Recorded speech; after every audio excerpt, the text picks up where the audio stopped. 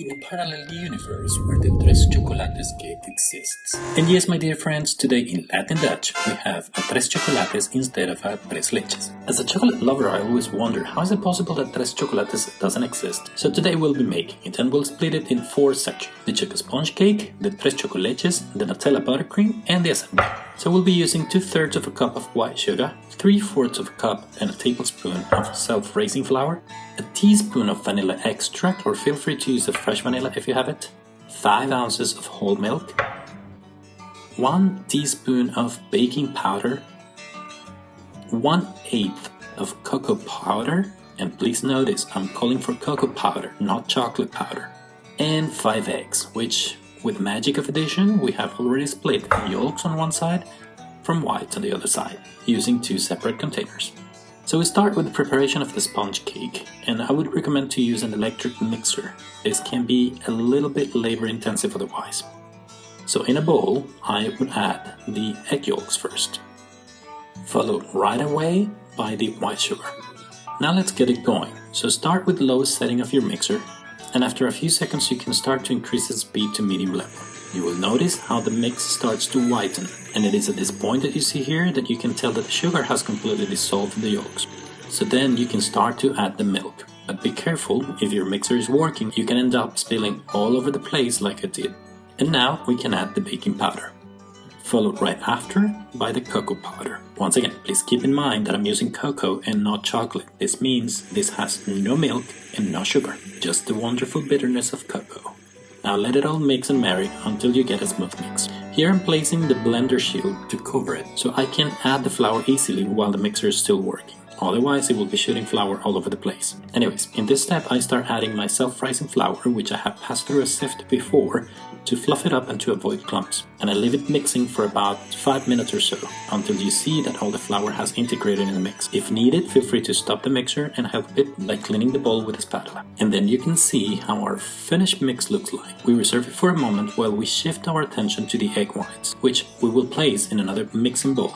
And now, using the whipping attachment, guess what? We will whip the egg whites until you reach soft peaks, which is what you see at this moment in your screen. Our next step is one of the most important ones to get the perfect cake, and it is to incorporate the egg whites with the batter that we reserved earlier. And we have to do that by folding rather than mixing. If you see, the egg white fluff we made earlier is no more than a foam of thousands of very tiny air bubbles, and by folding what we're aiming is to break as few bubbles as possible. At the end of the day, these bubbles are the ones that will give our sponge cake its sponginess, so it can really absorb all the choco milks. And this is how our mix looks like now. Alright, let's go ahead and grab a baking mold that should be buttered and floured, so our cake won't stick to it. And we pour the whole of our mix in it. We take it to the oven, which should be already preheated at 350 degrees Fahrenheit using regular heat, so no fancy convection or any other modes. And we leave it there for about 45 minutes. And while that bakes, we can focus on the third section of this video, which is the 3 choco milks, or Tres Choco Leches. So we start with a can of condensed milk, which is about 1 cup and a fourth, same amount of whole milk, and a fourth, and the same amount of evaporated milk, also known as coffee milk here in the Netherlands. Then we throw in the cocoa bar, which is about 1.75 ounces, and why in a bar and not in powder? Because it will be much silkier. So we start by melting the cocoa bar, and I should be responsible and tell you to do this in a double boiler or a bain-marie technique. But a minute in a microwave will do the trick. Anyhow, just make sure you don't burn it. Once melted, we add the condensed milk, and it is important to start with this one, otherwise it will cool down the cocoa and break. And mix it well until you get the same consistency that you see here.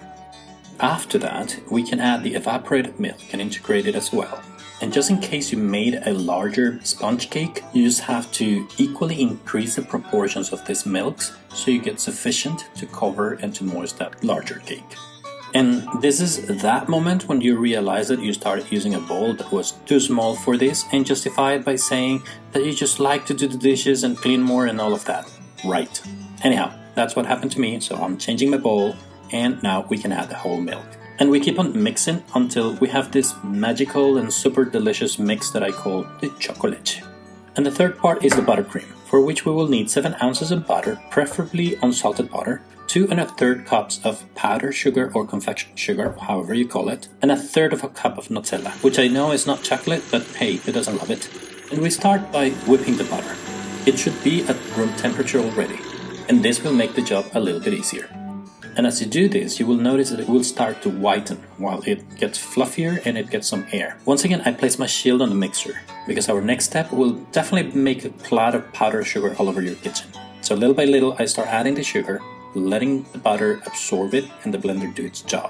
And give this step some good 10 minutes, give or take, because the sugar needs to get some time to be fully dissolved and make it a fluffy and creamy mix, which is what we want. And it is at this point where we can add the Nutella. Or alternatively, if you prefer, you can replace it with choco pasta, Ovomaltina, speculoos, coconut pasta, whatever flavor you want to give it. As I always say, cooking should be creative, so make it your own. And leave it whipping for a little bit longer until this Nutella fully integrates and creates a fluffy, wonderful cream. Remember, this will be the topping of your cake, so it will be the first impression. And just like that, we can move to the last section of this video, which is the final assembly, for which we will obviously need, first of all, the sponge cake, or should I say the chocolate sponge cake. And just listen how it sounds. To decorate it, we have some chocolate sprinkles, which here in the Netherlands are a thing, especially for kids' breakfasts. Then we got our 3 choco milks, which I'm sure nobody tasted while preparing, right? And I also got what should have been some chocolate truffles, but I couldn't find them, so I'll go with these Raffaellos. Also, the dark chocolate Ferreros go with this perfectly. And finally, we have our Nutella buttercream that I have put in this piping bag to ease the cake decoration.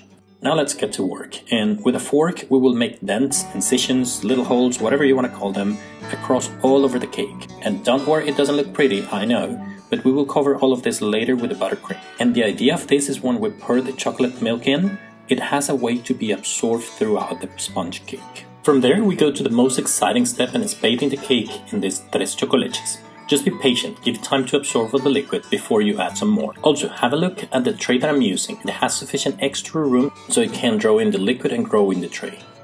And after letting it rest for a couple of hours, have a look here how it grew, absorbing all of this chocolate milk, and now it's fitting and filling the whole tray. By the way, whenever needed, you can use the aid of a fork, squeezing the cake so the liquid can be better taken in.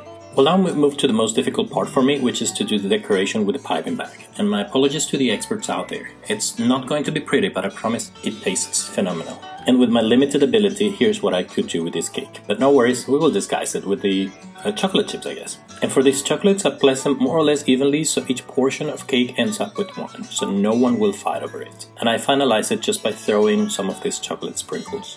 So with that, my dear friends, we finalized this wonderful sweet recipe. Hope you have enjoyed it and get to make it at home. And thanks again for following our channel, LatinDutch. See you in the next one.